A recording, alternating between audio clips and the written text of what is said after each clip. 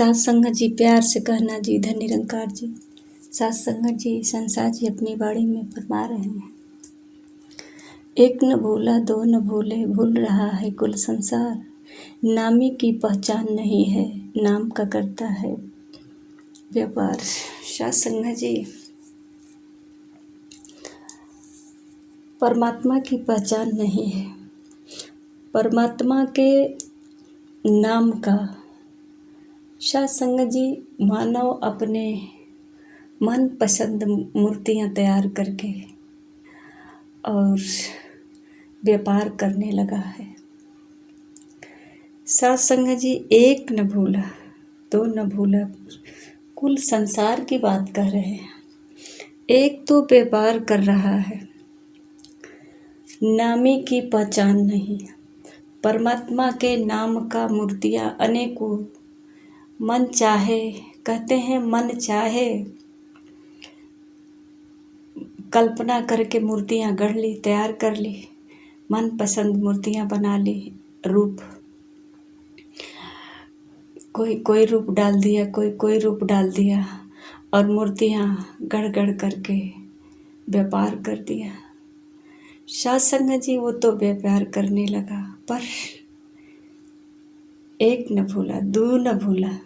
कहते हैं कि एक पूरा संसार भूल गया, यानी कि उसी मूर्ति को खरीद करके दूसरा ने भूल किया।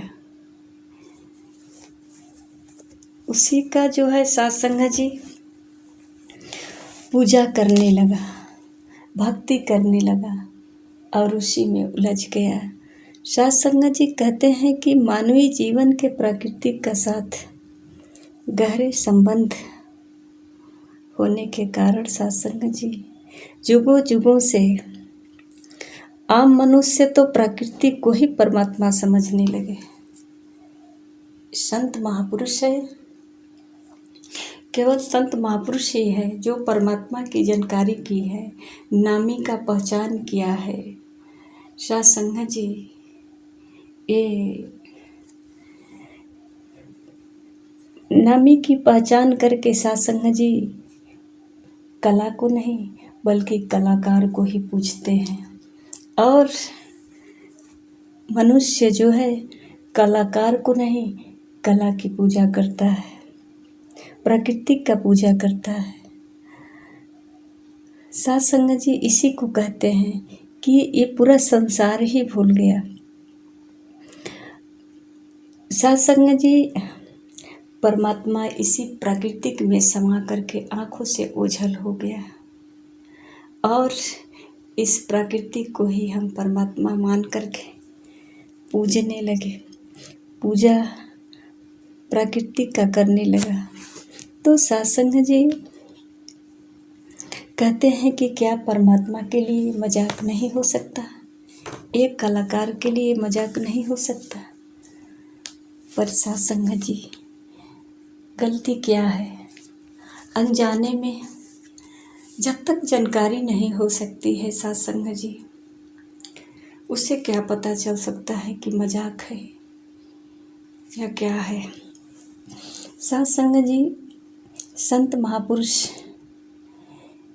कभी जो है किसी मनुष्य को पहाड़ नदी मिट्टी ये सब जो है कहते हैं पूजने के लिए नहीं कहते, बल्कि इसके स्थान पर सात संगत जी कहते हैं कि इसका जो निर्माता है उसका पूजा करो। हमेशा उसका पूजा करने के लिए प्रेरित करते हैं। और सात संगत जी मानव जो है अपने ही हाथों से बनाई हुई मूर्तियों का उपासना करता है।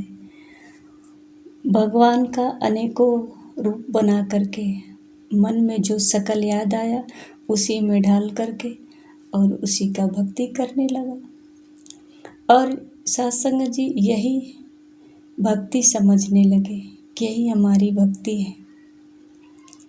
सात संगत जी कहते हैं कि जीवन का आधार परिवर्तनशील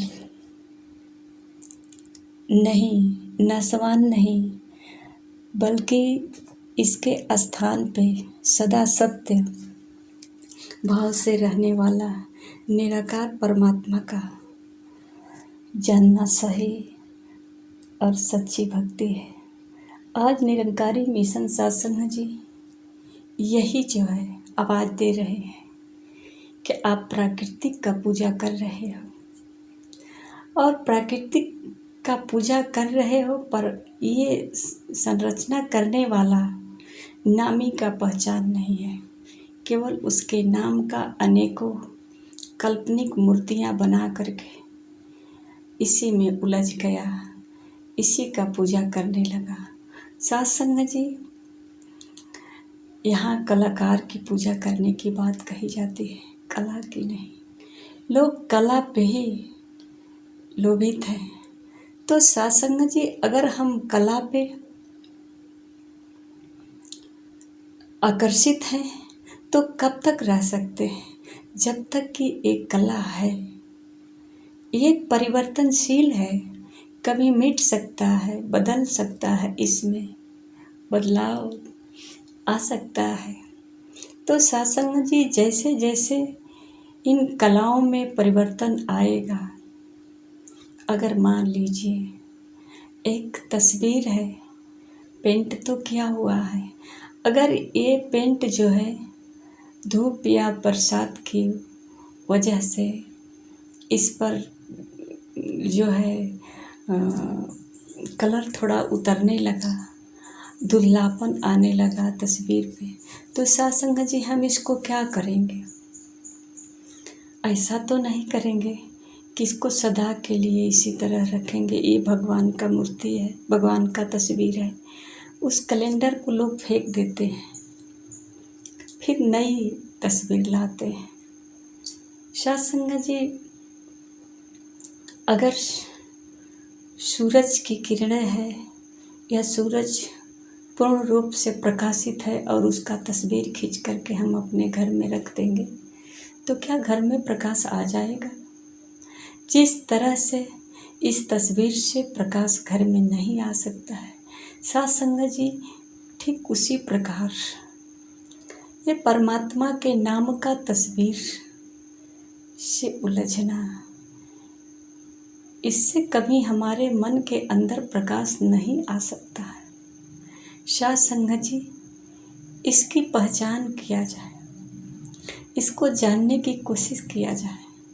ये जीवन इसीलिए मिला है, ये चेतना ये मानव को जो मिली है, ये जानने के लिए मिली है। सत्संग जी, इस तरह का ना समझे, केवल समय की बर्बादी है, और नहीं तो ये कलाकार परमात्मा का अवहेलना है। सत्संग जी,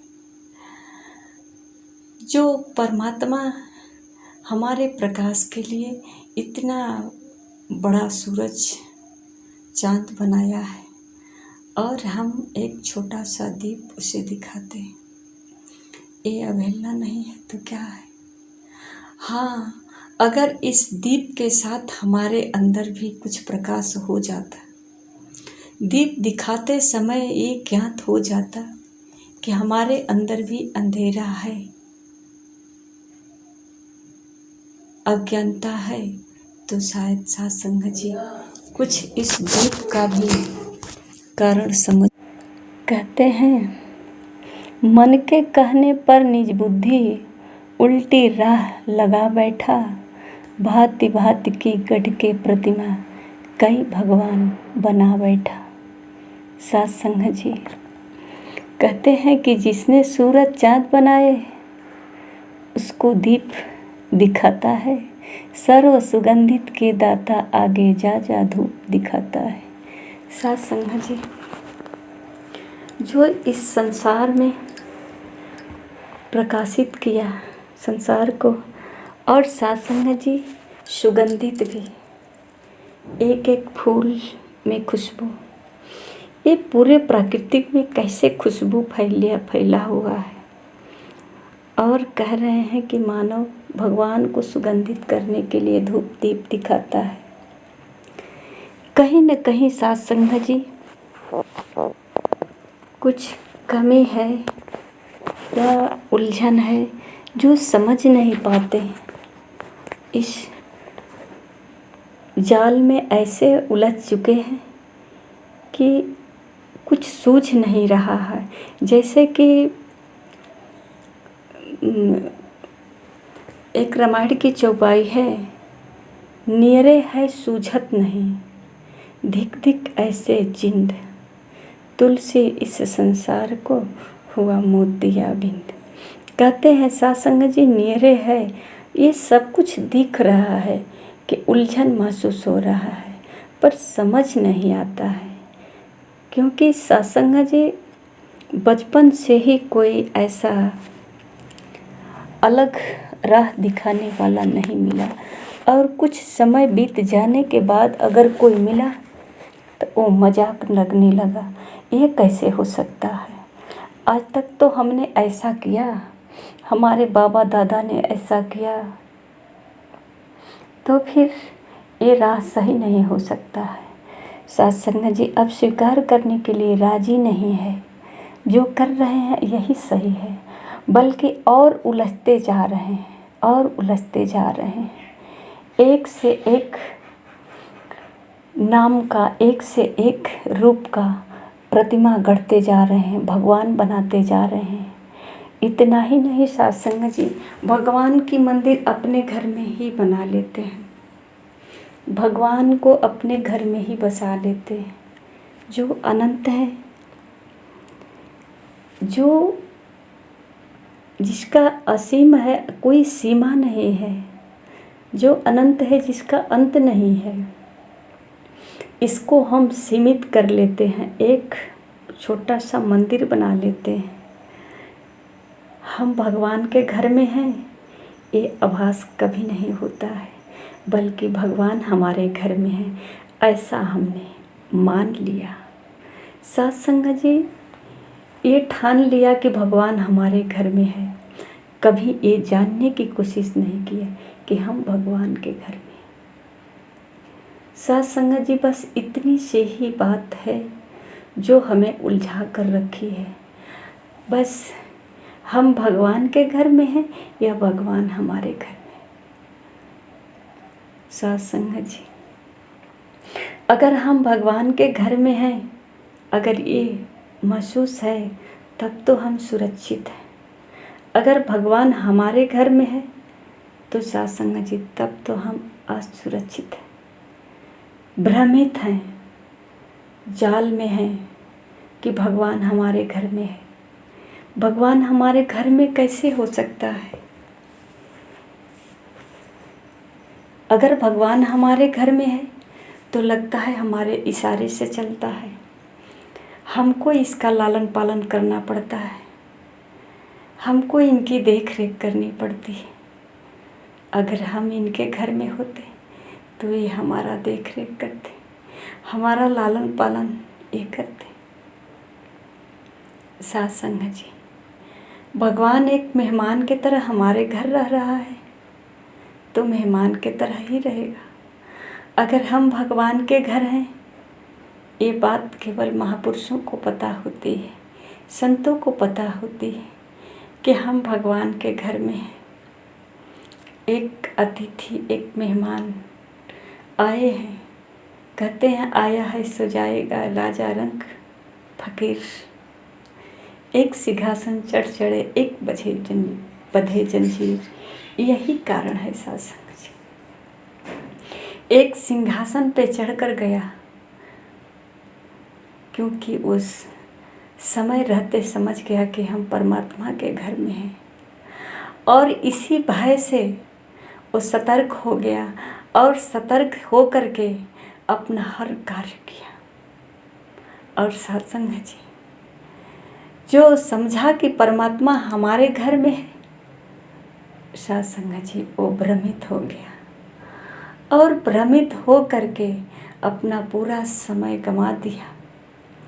उसको कहते हैं बंधा जंजीर, एक सिंहासन सक चढ़ चला। तो सत्संग जी, उनकी तो विदाई बहुत धूमधाम से हुई। उसे तो पता था कि भगवान के घर यहाँ भी है, भगवान के घर वहाँ, वो तो सतर्क था पहले से, आने जाने की प्रक्रिया उनकी खत्म हो गई थी, क्योंकि वो पहले से ही परमात्मा के घर थे। अब बाद में उसे ये नहीं कहना है कि परमात्मा के घर जाना है, क्योंकि वो पहले से ही परमात्मा के घर में थे। सब कुछ सजग हो गए थे, जो हिसाब किताब उसे वहाँ देना था। परमात्मा के घर की जो तैयारी करते हैं, ये पहले से ही परमात्मा के घर में मौजूद है, परमात्मा से मिल चुका है, बातें होती है। साध संगत जी, बस तो कहते हैं कि एक सिंहासन सक चढ़ चला, इससे मुक्ति मिल जाती है, और एक बंधा जंजीर, ये 84 लाख योनियों में बंध गया, इसे कहते हैं एक बंधा जंजीर।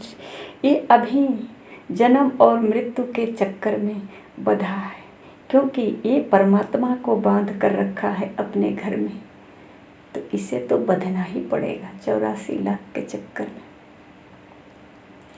क्योंकि साध संगत जी, ये अपनी मर्जी से परमात्मा को चलाया है। सोच कर देखिए, अगर किसी को हम अपने घर में बांध कर रखें, कैद करके रखें, वो सही है? साध संगत जी, आज परमात्मा को आज़ाद से साध संगत जी सब लोग इनको जो है कैद करके रखना चाहते हैं। हम जो कहेंगे वो करना, सुबह शाम जब चाहे हम आ करके एक एक फरमाइश करते रहते हैं, ये करना है। आप इसी में बैठे हैं, चुपचाप बैठे हैं, देख रहे हैं सब कुछ हो रहा है।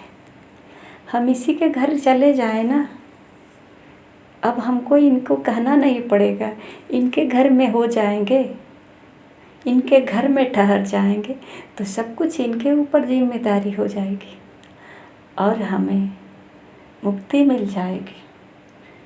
अब कोई कष्ट पीड़ा नहीं महसूस होगा। साध संगत जी, बस इतनी सी ही भूल मानव को बहुत बड़े जंजीर में कैद करके रखा है, 84 लाख चक्कर में। कहते हैं कि कर्म कांड की अंधियारी में बिल्कुल अंधा खाता है, उसको भोग लगाए मूर्ख जो कुल जग का दाता है। अपने घर में कैद करके अपने हिसाब से कहता है खा, भोग लगाता है परमात्मा को। कैसे मुक्ति मिल सकती है? कैसे आज़ादी मिलेगी? पीड़ा से कैसे मुक्त हो सकता है? परमात्मा जो दुनिया का दाता है, इसे कैद करके थोड़ा सा भोग लगाकर कहता है मुझे सब कुछ दे, पूरी संपत्ति मांग लेता है, हमारे घर की सारी सुविधा सब कुछ। वैसे मानव बहुत चतुर है, इसको पता है कि परमात्मा दुनिया का मालिक है, इसको हम कैद कर लेंगे तो इसको जो है हम धूप अगरबत्ती दिखा करके सब कुछ धीरे धीरे मांगते रहेंगे। कितना बड़ा चतुर है, धोखेबाज। परमात्मा के साथ इतना बड़ा छल। साध संगत जी कहते हैं बेअंत और निराधार को घेर रहा दीवारों में, मंदिर बना करके। ये निराधार है, ये निराकार, जिसका कोई आकार नहीं, अपनी मंद बुद्धि से दीवारों में इसे कैद कर दिया। पिया मिलन के चाव देखो, फंसा है झूठे प्यारों में। साध संगत जी, ये जो है अंधकार है अज्ञानता का। आइए साध संगत जी, हमारे सद्गुरु जो है संतों महापुरुषों के द्वारा धरती के कोने कोने में संदेशा यही भिजवा रहे हैं कि अब तो जग जा, समय रहते जग जा, परमात्मा को घर में कैद मत कर, परमात्मा के घर में खुद कैद हो जा, समर्पण हो जा, हर कष्ट से निजात मिल जाएगी, हर पीड़ा से मुक्ति मिल जाएगी। पर साध संगत जी, कितने लोग तो संतों महापुरुषों को ढोंगी कहते हैं, संतों महापुरुषों को स्वीकार नहीं करते, राजी नहीं होते, कहते हैं सब ढोंगी हैं, अपने आप को होशियार समझते हैं। कभी तो समझ लेते, इनके बारे में परख लेते, कहाँ तक जानकारी है इनको, ये क्या राह दिखा सकते हैं। ये सत्य की राह दिखा सकते हैं। सत्य को परखना, सोने को परखना आम व्यक्ति के बस की बात नहीं है। हीरे को परखना आम व्यक्ति के बस की बात नहीं है। परमात्मा की जानकारी कैसे हो सकती है? अगर हो सकती तो कोई पिंजरे में कैद करता, कोई बंद करता परमात्मा को एक छोटी सी दीवारों के अंदर और इसी पर अपना माथा पटकता। सत्संग जी,